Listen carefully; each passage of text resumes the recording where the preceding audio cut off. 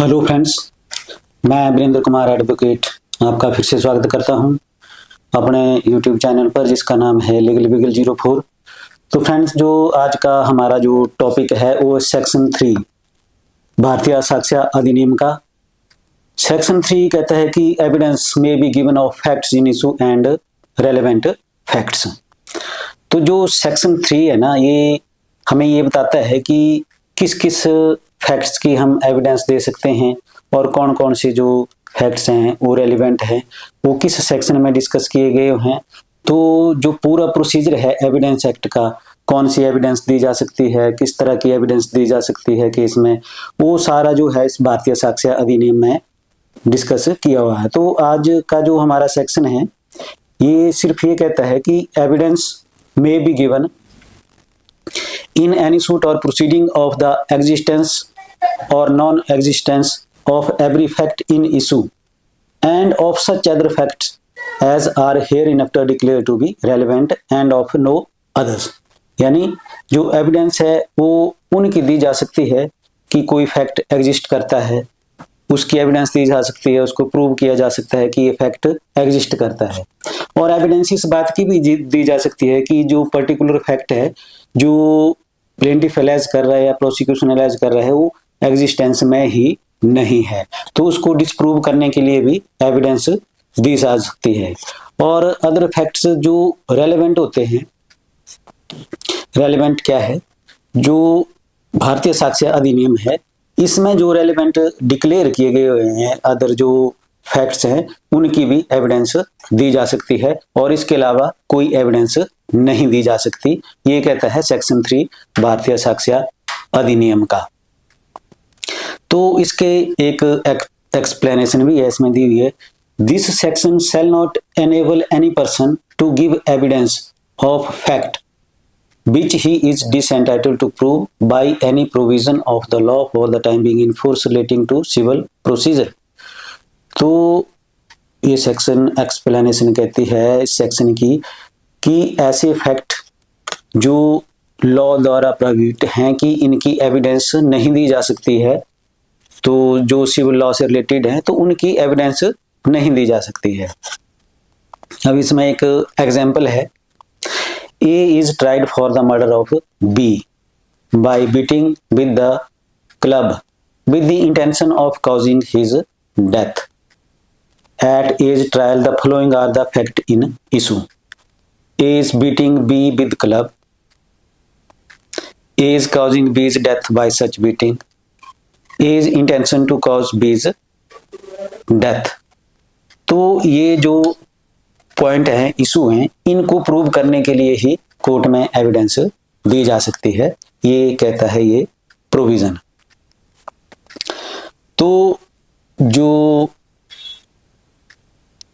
Section है, ये जो सेक्शन है इसमें ये बताया हुआ है कि किन किन फैक्ट्स की एविडेंस दी जा सकती है। तो रेलेवेंट फैक्ट की दी जा सकती है। अब रेलेवेंट फैक्ट्स जो हैं वो कौन से हैं, वो भी भारतीय साक्ष्य अधिनियम में डिस्कस किए गए हैं। वो किए गए हैं सेक्शन 4 से लेकर सेक्शन 50 तक, सेक्शन 4 से लेकर सेक्शन 50 तक वो सारे जो फैक्ट्स हैं जो रेलेवेंट हैं वो डिस्कस किए गए हैं जिनकी एविडेंस दी जा सकती है। तो वो हम अगले ब्लॉग में डिस्कस करना शुरू कर देंगे सेक्शन कि कौन कौन से जो वो फैक्ट हैं। ये जो एविडेंस एक्ट है ये पूरा प्रोसीजर बताता है कि कौन से फैक्ट प्रूव किए जा सकते हैं, डिसप्रूव किए जा सकते हैं। A party trying to adduce a particular evidence has to show that the evidence desire to be adduced is relevant under one or more of the section 4 to 50 भारतीय साक्ष्य अधिनियम। Evidence excluded by evidence act यानी भारतीय साक्ष्य अधिनियम is inadmissible, should not be admitted because it may be essential for ascertainment of truth. तो जो इसमें डिनाई है कि इस फैक्ट्स की एविडेंस नहीं दी जा सकती तो नहीं दी जा सकती। any fact intending to be established has to be found to be relevant under a provision contained in Bharatiya Sakshya Adhiniyam. Before it can be allowed to be proved, any argument based on plausibility can have no effect. The court must therefore ignore any other consideration and confine itself strictly to the provision of Bharatiya Sakshya Adhiniyam and come to a conclusion as to the relevancy of effect on the interpretation of the relevant provision of the Adhiniyam, regardless of the fact whether the conclusion ultimately arrived at is in accordance with common sense view of things or not. Conversely, court cannot on the ground of public policy exclude evidence relevant under this act. तो हम discuss कर रहे हैं relevancy and admissibility. Relevant means that which is a logical probative. Admissibility is not based on logic but on law and strict rules. Many facts having no bearing on the facts to be proved are admissible.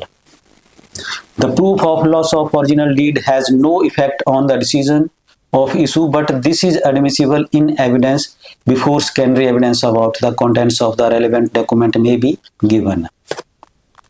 In the Bharatiya Sakshya Adhiniyam, the question of relevancy has been dealt with under section 4 to 50 and that of admissibility under section 51 onwards. So friends, admissibility is the mean and method of proving the relevant facts. ये क्या है? Admissibility जो है वो relevant facts जो होते हैं उनको प्रूव करने का एक तरीका है. The relevancy and admissibility of facts are neither synonymous nor coextensive. तो फ्रेंड्स, इसके बाद हम डिस्कस करेंगे जो अंतर है, distinction between relevancy and admissibility.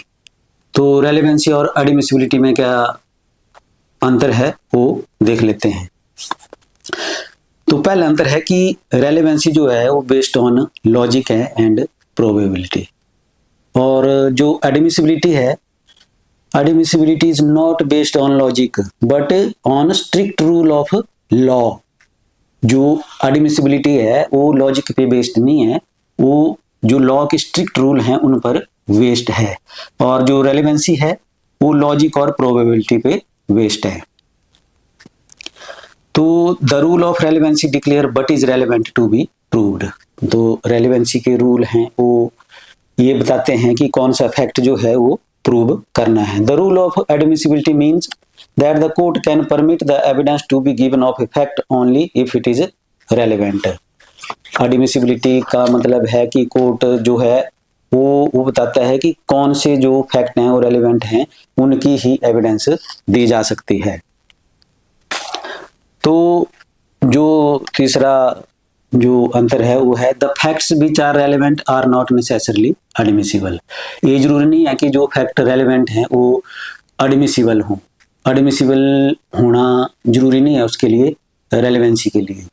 तो जो facts which are admissible are necessarily relevant, लेकिन जो एडमिसिबल फैक्ट है ना वो पहले रेलेवेंट होते हैं, तभी वो एडमिसिबल फैक्ट्स में आते हैं. तो ये था जो डिफरेंस था. एक है और है अंडर साक्ष्य अधिनियम 2023, the rule of relevancy mean relevant evidence. They may be admissible or not. Admissibility is the mean and method to prove the relevant fact and to keep the evidence limited to the relevant fact. तो ये difference था. अब जो objection है ना relevancy and admissibility, वो starting में लिया जा सकता है. जैसे जो रेलेवेंसी का है वो स्टार्टिंग में लिया जा सकता है. अब इसमें देख लेते हैं. An erroneous omission to object to the relevancy of evidence before the trial court does not make the evidence relevant. तो जो रेलेवेंसी है उसके लिए अगर आप ऑब्जेक्शन नहीं भी लेते हैं तो भी अगर वो इरेलीवेंट है तो वो रेलेवेंट नहीं हो जाती। If the evidence is irrelevant and it has been admitted by the trial court an objection can be taken at any stage even in the highest appellate court. तो रेलेवेंसी का तो objection कभी भी लिया जा सकता है किसी भी कोर्ट में अपीलेट स्टेज तक। The question of relevancy is a question of law and can be raised at any stage. But if the evidence admissibility ना, तो admissibility के बारे में कहता है कि if the evidence is relevant but the proof is improper and evidence is once admitted, no objection can be taken afterwards. यानी once the facts has been admitted, तो बाद में उनके लिए जो है वो मुकर नहीं सकता। When a document has been exhibited, it cannot be de-exhibited at a later stage on the ground of its being not legally proved. तो ये है एडमिसिबिलिटी। एडमिसिबिलिटी जो है एक बार एडमिट हो गई, एडमिशन हो गई, तो उसको ऑब्जेक्ट नहीं कर सकता किसी भी स्टेज पर। लेकिन जो रेलेवेंसी है वो even at the stage of appellate court can be objected. अब जो सेक्शन 3 है वो कहता है कि according to section 3 a person has a right to produce evidence in a court of law if that evidence is relevant under the provisions of section 4 to section 50 of Bharatiya साक्ष्य अधिनियम। But the explanation under section 3 lays down that if some provision relating to civil procedure disentitle the person to give evidence to a fact, he will not be entitled as a right to produce that evidence in the court. तो evidence किन facts की दी जा सकती है, कौन से facts relevant हैं, वो अब हम अगले ब्लॉग से डिस्कस करेंगे, अगले वीडियो से, जो कि है सेक्शन 4 से लेकर सेक्शन 50 तक, यानी सेक्शन 4 से लेकर सेक्शन 50 तक उनकी एविडेंस दी जा सकती है। और जो फैक्ट्स जो हैं जो सिविल प्रोसीजर द्वारा स्पेसिफिकली प्रोहिबिटेड है, उनकी एविडेंस नहीं दी जा सकती, चाहे वो रेलेवेंट हैं या नहीं है। तो यही था फ्रेंड्स जो हमारा आज का ब्लॉग था। तो अगर आपको ये अच्छा लगा ब्लॉग तो लाइक और शेयर कीजिए, अगर चैनल पर नए हैं तो सब्सक्राइब करना ना भूलें। तो ठीक है फ्रेंड्स, मिलते हैं नेक्स्ट ब्लॉग में। टिल देन, जय हिंद, जय भारत।